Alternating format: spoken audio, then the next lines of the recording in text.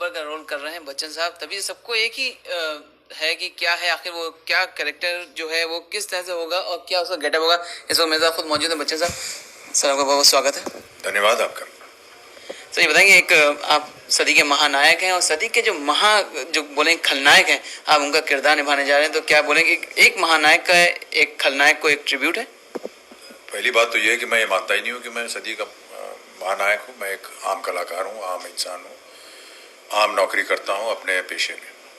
इस पेशे ने मुझसे ये मेरे सामने एक प्रस्ताव रखा कि आप गब्बर सिंह की भूमिका निभाएंगे और फिल्म होगी शोले। तो एक प्रोफेशनल होने के नाते मैं इस भूमिका को निभा रहा हूँ। ये नज़रिया राम गोपाल वर्मा का है और सही मानों में उनके मन में ज़रूर ये बात आई, क्योंकि शोले जो थी वो उनको बहुत उस फिल्म ने बहुत प्रभावित किया और वो चाह रहे थे कभी न कभी अपने जीवन में कि वो अपने, यदि उनको मौका मिले कभी फिल्म बनाने का, तो वो इस फिल्म को अपने तरीके से बनाना चाहेंगे। ये फिल्म उस तरह से बन रही है। उन्होंने ऐसा सोचा कि गब्बर की भूमिका जो है वो मुझे निभानी चाहिए, सो मैं निभा रहा हूँ।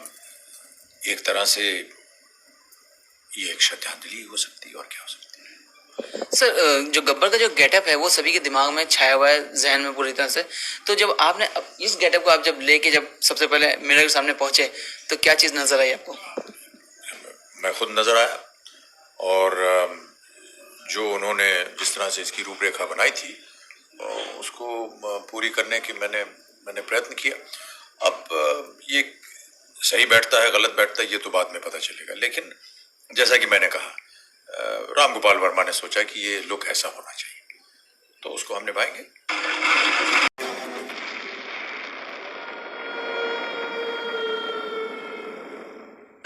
नायक तो काफी बने हैं, लेकिन खलनायक बनने में कैसा लग रहा है? बड़ा कठिन काम है, मुश्किल काम है। जितने भी खलनायक हमारे भारतीय फिल्म इंडस्ट्री में रहे हैं उनकी मैं सराहना करता हूँ, उनको दाद देता हूँ कि किस तरह से उन्होंने साल दर साल अलग अलग मुद्राएं निभाई हैं। बड़ा कठिन काम है। हीरो जो होता है उसका तो एक ही काम होता है, गाना गाओ और अपनी प्रेमिका को अपने बाहों में लो और घर चले जाओ। लेकिन खलनायक को अलग अलग भूमिकाएं निभानी पड़ती हैं, मुद्राएं करनी पड़ती हैं, वेशभूषा बदलनी पड़ती है उसे। बड़ा कठिन काम है और अब मुझे समझ में आ रहा है कि एक खलनायक की भूमिका करना कितना कठिन होता है। सर अच्छा, जो गब्बर जो आप निभा रहे हैं पूरा, तो इससे कुछ पुरानी कुछ यादें ताज़ा हुई जब आप पुरानी शूटिंग कर रहे थे? जाहिर है, क्योंकि वो इतनी स्मरणीय थी, वो जितनी भी यादें हैं और हमारे हृदय के इतने नज़दीक थी कि उनको आसानी से भुलाया नहीं जा सकता है। वो आज भी याद है कब किस तरह से सलीम जावेद मेरे घर आए, किस तरह से उन्होंने कहानी सुनाई, किस तरह से हम लोगों ने सोचा कि ये कहाँ बननी चाहिए। तब तक हम लोगों को हमारे मन में ये होता था कि डकैत के ऊपर कभी कहानी बने तो चंबल या राजस्थान के अलावा हमें और कुछ दिखाई नहीं देता था। रमेश सिप्पी ले गए हमें बेंगलोर, वहाँ पथरीला एक वातावरण। हमने कहा यार ये तो यहाँ तो ऐसे कैसे बनेगी ये डकैत की पिक्चर। वो एक अलग लगा, काफ़ी बहस हुई, काफ़ी चर्चा हुई, क्या हमारी वेशभूषा क्या होगी, क्या वस्त्र हम पहनेंगे, इन सारी बातों को लेकर के क्या क्या वहाँ पर गुजरा, किस तरह से एक्शन सीन्स हुए, किस तरह से बाकी सीन्स हुए, किस तरह हम लोग अपना समय वहाँ व्यतीत करते थे।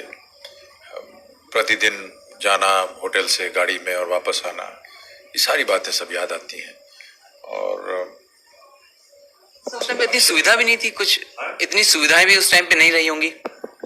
किस तरह की सुविधा? जितनी आज है, मतलब अच्छी रोड, अच्छे मतलब सब कुछ सिक्योरिटी और ऐसा नहीं था।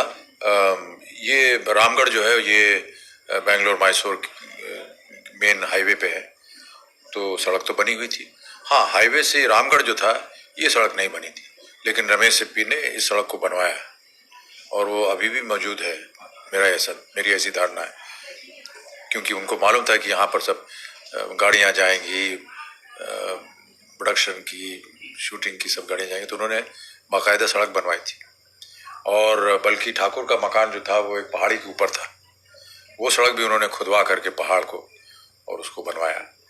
बहुत कुछ उन्होंने वहाँ पर परिवर्तन किया। बसंती, ओ बसंती, अरे कहाँ ले जा रहे हो मुझे भाई? कौन? वीरू, वीरू, ये कौन? मत। सर इसमें आपने कुछ चेंज करने की सोची आपने कि कुछ मैंने इसमें परिवर्तन नहीं किया है। जैसा उन्होंने दिया उसको मैंने स्वीकारा और पहन लिया। केवल इतना था कि ये जो गले में एक कपड़ा लटका हुआ है ये शायद माथे पे था। तो ये जी जी, ये स्कार्फ ये सर पे बंधा हुआ था, वहां से लटक के नीचे आ रहा था। कुछ दृश्यों में शायद उस कपड़े को हम अपने सर पे बांधेंगे, लेकिन अभी जिस तरह से शूटिंग हो रही है उसमें ऐसा ही है मेरा लुक। शूटिंग स्टार्ट हो गई तो कितना मजा आया अभी तक आपको करने में? बहुत मज़ा है, अच्छा लग रहा है। अलग तरीके से राम गोपाल वर्मा इसको बना रहे हैं, जो कि जैसे कि मैंने कहा उनका अपना एक स्टाइल है और भूमिका जिस तरह से वो कह रहे हैं निभाने को, उसके निभाने का हम प्रयत्न कर रहे हैं और उम्मीद करते हैं जब बन के फिल्म बनेगी और सामने आएगी दर्शकों के तो फिर आप भी बता सकेंगे कि वो ज़्यादा अच्छी थी, ज़्यादा अच्छी नहीं मतलब